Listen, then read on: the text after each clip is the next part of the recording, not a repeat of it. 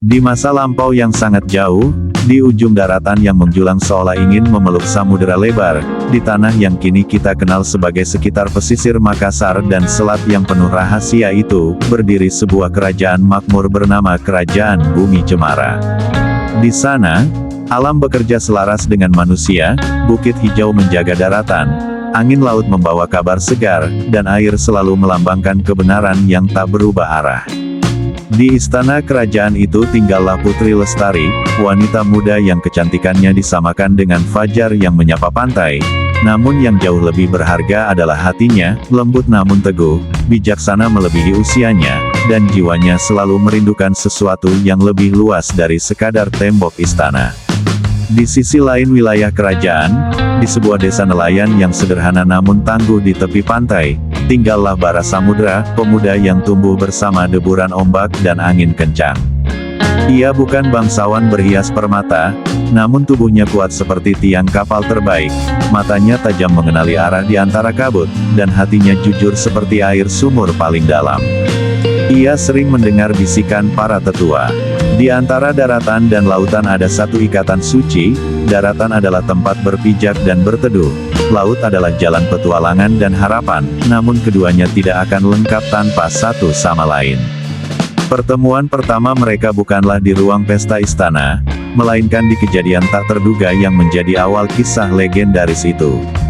Suatu hari, saat Putri Lestari ikut berjalan-jalan di tepi pantai bersama pengawal, angin tiba-tiba berubah ganas dan arus berputar tak terduga, membawa perahu kecil tempat ia duduk perlahan terlepas dan hanyut menjauh cepat ke tengah laut yang makin bergelombang tinggi. Di saat semua orang berteriak panik namun tak berani mengejar arus yang berbahaya itu, hanya satu sosok yang segera bertindak tanpa ragu, Bara Samudra yang kebetulan sedang tidak jauh dari sana. Tanpa berpikir panjang akan bahaya atau beda kedudukan, ia melompat ke perahu kecilnya dan mendayung sekuat tenaga menembus ombak yang mendera keras.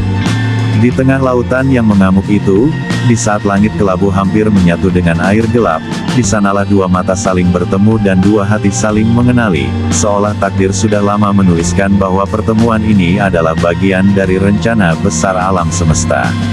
Saat akhirnya Bara berhasil mendekat dan menarik perahu itu kembali ke tepian dengan selamat, di bawah sisa angin yang masih menderu, terucaplah percakapan pertama yang sederhana namun penuh makna. "Terima kasih, engkau berani menghadapi laut yang sedang marah ini demi orang asing," ucap Putri Lestari dengan suara masih bergetar namun penuh kekaguman. Bara hanya tersenyum sederhana, menyeka air laut dari wajahnya. "Bagi kami anak laut, bahaya bukan alasan untuk berpaling dari siapa yang membutuhkan, dan laut yang marah pun sebenarnya hanya ingin menguji seberapa teguh hati yang berlayar." Sejak hari itu, pertemuan-pertemuan tersembunyi perlahan menjadi hal yang paling dinanti.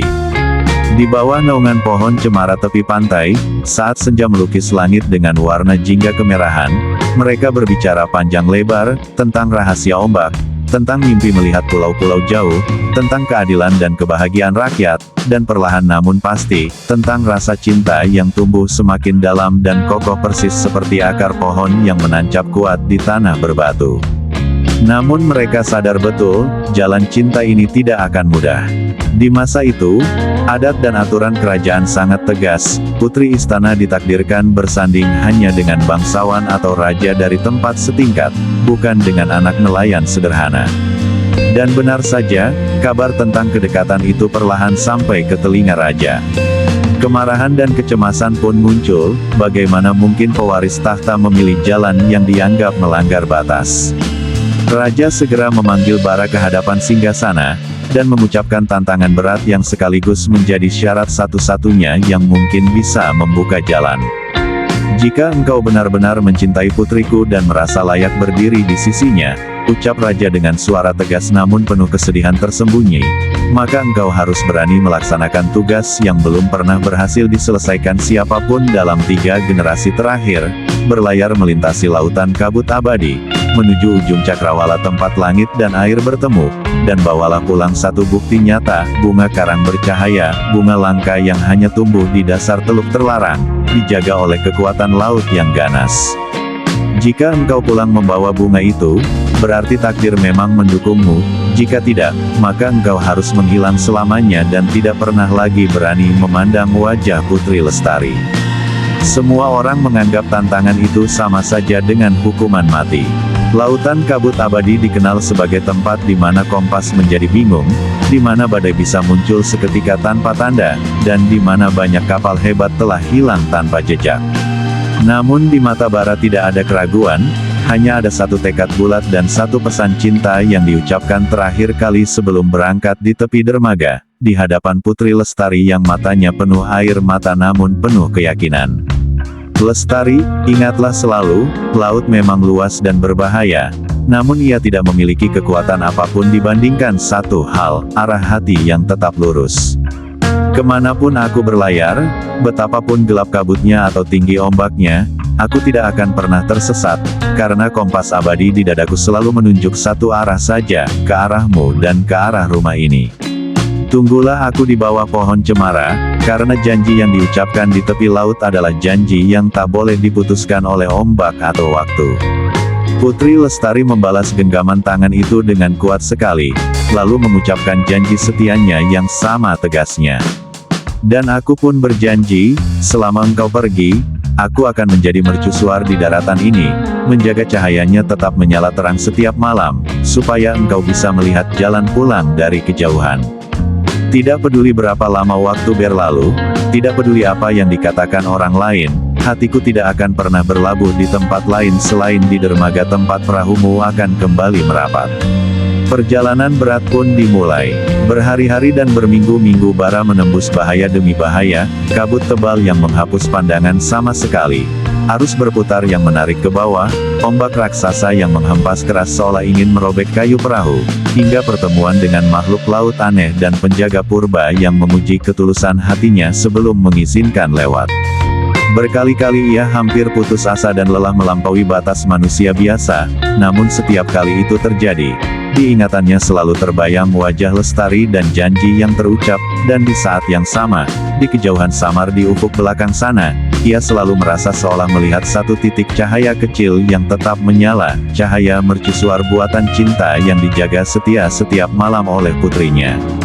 Dan akhirnya, setelah petualangan yang terasa berlangsung selamanya, di tempat yang tampak persis seperti ujung dunia itu, di dasar teluk yang airnya jernih namun dingin dan dalam, ia menemukannya, bunga karang bercahaya, kelopaknya berwarna putih bersih dengan inti yang memancarkan cahaya lembut kebiruan persis seperti bintang yang jatuh ke air, indah dan rapuh namun sekaligus kuat dan abadi seperti kasih sejati.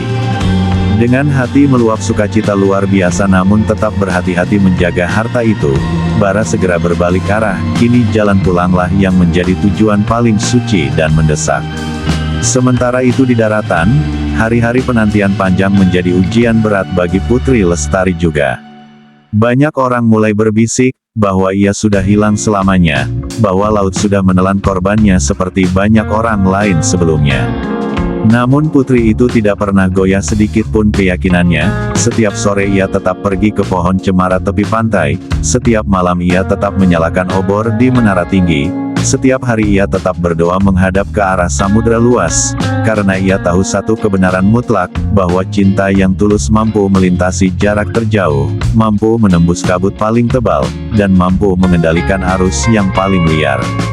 Dan tibalah hari yang paling agung dan paling indah itu. Di saat matahari terbit perlahan menyebarkan cahayanya ke seluruh permukaan air yang tenang, di ufuk timur, perlahan namun pasti terlihatlah satu titik kecil yang makin jelas, sebuah perahu yang dikenali persis, dan di atasnya berdiri sosok yang dinanti sepenuhnya. Sorak-sorai rakyat segera bergema di sepanjang pantai, raja sendiri keluar menyambut dengan hati yang penuh perubahan dan pengakuan, namun di antara segala keramaian itu, hanya ada satu pemandangan yang terpenting bagi dua jiwa itu, saat Bara akhirnya melompat ke daratan dan berjalan cepat menuju tempat Putri Lestari berdiri. Di sana, di bawah pohon cemara saksi awal kisah itu, mereka akhirnya bersatu kembali dalam pelukan panjang yang penuh air mata bahagia dan lega yang tak terlukiskan.